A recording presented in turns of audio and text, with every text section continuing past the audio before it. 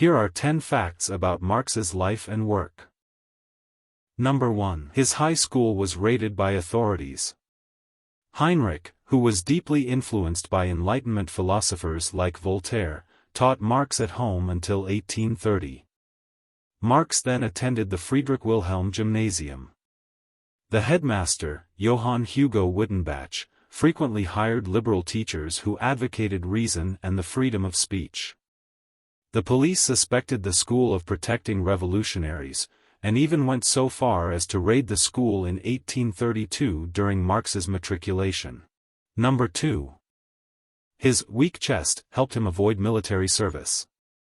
Marx evaded military conscription thanks to his weak chest, a vague diagnosis which was certainly exacerbated by his late-night partying, bad diet, drinking, and chain-smoking.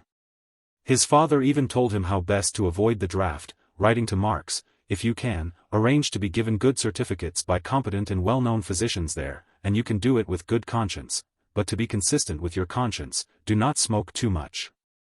Number 3. A duel and jail time characterized his college experience.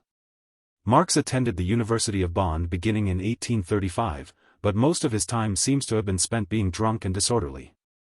He joined a radical political group called the Poets' Club and was co-president of the Trier Tavern Club, a drinking society that antagonized the more aristocratic organizations on campus. His involvement in the latter got him tossed in jail for 24 hours. He also ran afoul of the Bayerische Korps, a militant group that forced college students to swear fealty to Prussian leadership. Marx carried a gun to defend himself, which got him into more trouble with the police, and once accepted a duel with a Bayerische Korps member which resulted in Marx being cut over his left eye. After a year in Bonn, he transferred to the more rigorous atmosphere of the University of Berlin.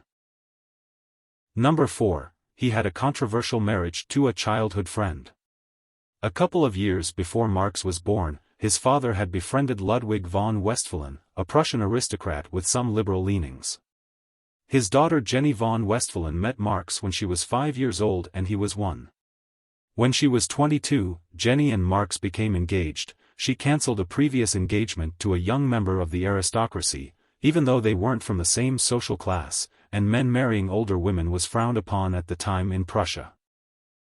Number 5. Marx didn't attend his father's funeral.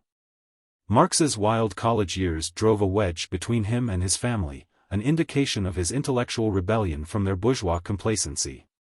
Marx refused to visit them once he began attending the University of Berlin.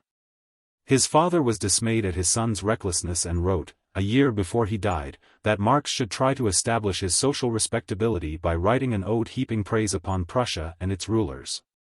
It should afford the opportunity of allotting a role to the genius of the monarchy. If executed in a patriotic and German spirit with depth of feeling, such an ode would itself be sufficient to lay the foundation for a reputation. But Marx had no desire to capitulate.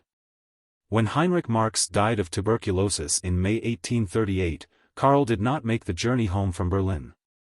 Number 6. He kept getting banned from countries. Orders that Marx should leave a country within 24 hours crop up regularly in his biography. He started the trend in Prussia in 1843 when Tsar Nicholas I asked the government to ban Marx's newspaper, the Rheinische Zeitung, which caused Marx to become co-editor of a radical left newspaper in Paris and head to France. In 1845, the French government shut down his new periodical, Vorwärts, and expelled Marx. He then went to Belgium, but authorities arrested him in 1848 on allegations that he'd spent a third of his inheritance on arming workers, and he fled back to France, then under a new government, before going back to Prussia to launch the doomed Neue Rheinische Zeitung. The government suppressed the paper and ordered Marx to leave Prussia in May 1849, but when he fled for France, the Parisian government also sent him packing, so he sought refuge in London with his wife, who was expecting their 4th child.